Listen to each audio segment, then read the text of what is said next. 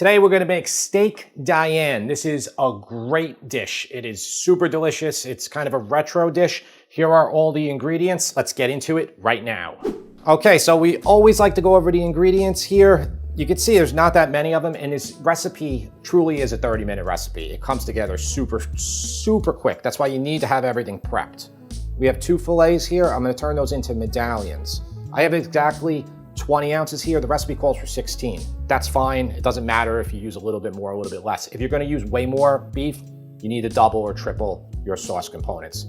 We'll turn them into medallions. We'll sear those in avocado oil or any high smoke point neutral oil that you like. Neutral meaning neutral tasting. For the sauce, I have right here 8 ounces of cremini mushrooms, okay, or half a pound. Then we have 1 shallot that I minced. We have 2 tablespoons of butter. We have 1 teaspoon of Worcestershire sauce, 1 tablespoon of tomato paste, 2 teaspoons of Dijon mustard. This parsley and little chives here can be for garnish, for finishing. You don't even have to use it, but it makes the dish look nicer. And then for the actual liquid sauce components, we have 1/3 of a cup of cognac, but feel free to use something that just says brandy on it, which will be about half the price or less. And then we have half a cup of low sodium beef stock and a half a cup of heavy cream. This recipe comes together super quick. Okay, here are our fillets. Buy your fillets from Costco. Why? Because they'll be so much less money. Tara, how much did fillets cost at Whole Foods when you went there? Okay, so Whole Foods has fillets for $38.99 a pound compared to Costco, which had them for $19.99 a pound. Nuts. I trimmed them up a little bit here. Silver skin, you know, it's on whether you're doing beef tenderloin or pork tenderloin or other cuts. There's a little bit left right there. Okay, just a tiny bit right there. So I cut it all away here. And you just need a very sharp knife because otherwise you'll cut in. You don't want to, be disposing of your very expensive beef.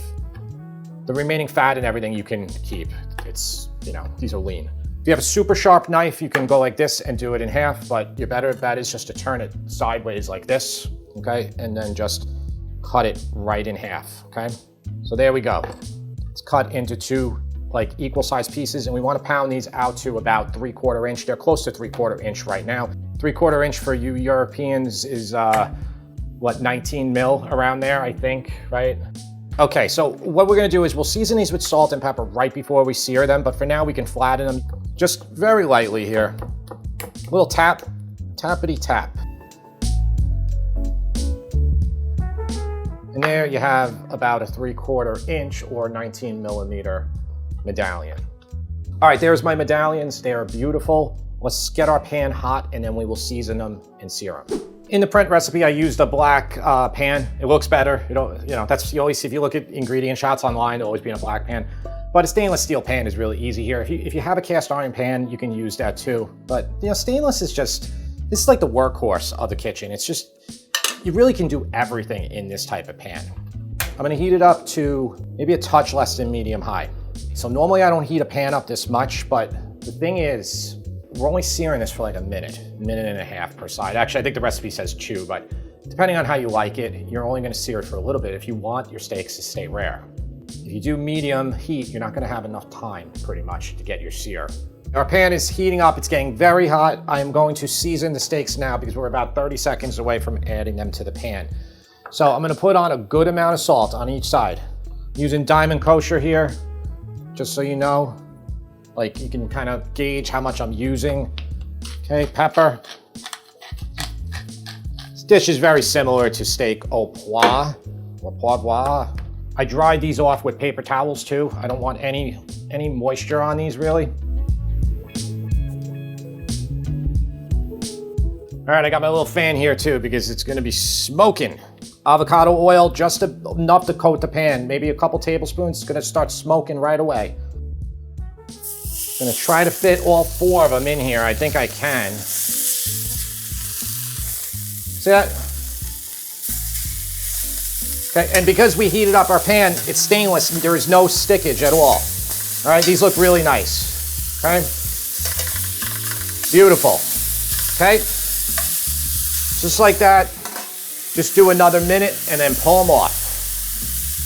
But you can see, you touch them, very soft still, but we're gonna get a nice crust. Keep them rare. Okay, pull them off quickly. Okay, good. Lower that heat just a touch, but not really. And you can add the mushrooms in. Tempt your steak. Kind of like that, all right? These are gonna take about 4 or 5 minutes for them to release their water and start to brown. I did just add about another half a tablespoon of avocado oil. But you can see already how they're nice, they're starting to brown, all right? Just leave it. Look at that nice sound, all right? The sound starts to change and they start to brown. All right, you can lower the heat now to about medium, okay? Lower it down. Here's our shallot and our butter. It's only gonna take about 2 minutes now. Just get these shallots to get soft, a little bit of color. And just remember, if your pan was too high, just wait a second before you add the butter and the shallot in there, but we're good. All right, it's been about 2 minutes on that. Now you can add your tomato paste in. Just let this cook for about a minute in here. You don't have a lot of time with this recipe, so maybe you want your mushrooms to be a little bit browner. Maybe you often like to cook your tomato paste out for 5 minutes, but you know, for this, it's tented. It's all right for a little while, but it's like you don't have like an hour to make your sauce. Though you could just make your sauce ahead of time, I guess, and then sear your steaks up and add them in. All right, let that cook for a minute. Okay, so we're gonna put the cognac in now. Now listen, you can flame it, but you don't have to. You really don't have to. If you're gonna flame it, even if you're gonna put the cognac in and not flame it, take this off the heat. Here is the cognac. I'm gonna put it in right now, and it's not gonna flame up when you just stick it in like that. You can light this on fire. I have a camera above me, I have equipment above me. I'm gonna light it over here so I don't light my camera on fire. Okay, just like this. I'm back on the heat again. When I did the flame over here, I removed my burner away from it too, so you know, it didn't cause a problem. And you can just cook this for a second until it's mostly evaporated, which it is. Gonna add the beef stock in. Most of the time I don't flame it because it doesn't make any difference. I've done this like a bunch of times both ways and I've never been able to tell a difference. Okay, so this is the heavy cream now. So we did a half a cup of the beef stock, the heavy cream, half a cup, teaspoon of Worcestershire, 2 teaspoons of Dijon mustard. You're just trying to give it a nice tang here with it. Okay, so we're just gonna bring this to a simmer till it comes together and it thickens slightly.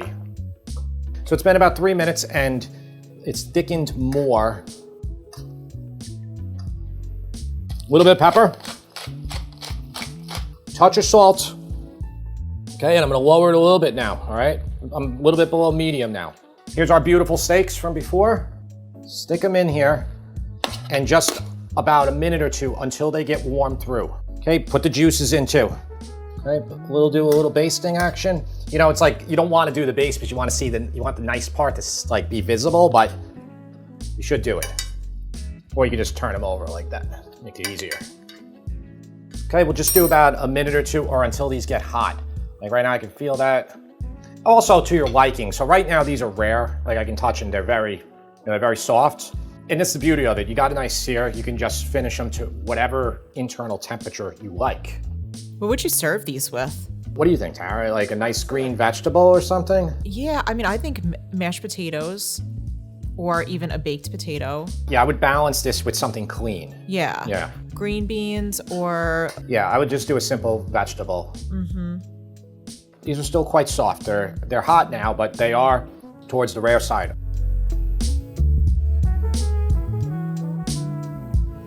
All right, Tara's here. She watched me make this. This is really quick. So now I cooked it rare for you, so you can show the people how rare that is. But it's really simple. You can just cook it longer in the sauce. And honestly, I'm sure a contingent of people are gonna complain that it's still not rare enough for them. So that's a silly complaint in a cooking video for, you know, if you make that to me, because you're the cook. Make it to how you like it, not to how some YouTuber made it, you know? Maybe your whole family likes it well done. I think that's perfect like that. That's actually perfect. That's how I like it. I would say that's more medium rare than rare. What do you think of the sauce? I mean, I know you just had this recently and all that. Delicious. I was wanting a little more of the cognac flavor. More cognac? Mm-hmm. So maybe you can add a little bit more of it. I'm gonna taste it. I mean, I already did, but. I mean, I think it's pretty strong on cognac. You don't think so? Let me try it. Try the sauce, yeah. Oh. You know what? I didn't give enough sauce to you over here. That's what it is. The sauce tastes really good. I think I just didn't get... And it's already thickening in the pan now. I don't think I got enough of it. I don't think it needs more than a third of a cup. No. Not for a pound of beef. Yeah, because the sauce tastes perfect. It's just, for some reason, I think because it was sitting in the plate. What do you think? Too salty? Too great? It's too great. Too awesome? It's too awesome, just like you. No, it's perfect. So I'm wondering, should these be cooked in the sauce for a little bit longer? Yeah, so to get more of that flavor that I was looking for? Well, again, you have the leeway here because these are rare right now. If you wanted them to be truly rare, could you maybe sear them Absolutely. for less time and then let them cook in the sauce more to intensify I think it's a matter flavor? of just getting your plating right. Like you get your steak down and you get the nice thick sauce on top. That's what I think. I would say this is definitely something like you want to serve right away. Yeah, it's a tough one. I mean, you could make the sauce in advance, say you're grilling outside. You could do that and add it, but it's going to be better this way when they're finished in the sauce. This is really good. I love this. I do think I like the steak au poivre. I can't speak French. I do like that one better, and I really, really love the green peppercorns that you used. So I think if I had to choose between the two, I would pick that one. Okay. But this is delicious. Like the steak au poivre, I think you really have to like pepper in order to like it. Yeah. This dish, I think anybody who has it is going to like it. I'm gonna give this one a 9 because I keep using my measuring stick as the beef bourguignon, which is my favorite, and that got a 10. So I'm gonna give this one a 9. I think overall, very, very excellent dish. Thank you. Nicely done. Thanks. We'll see you next time.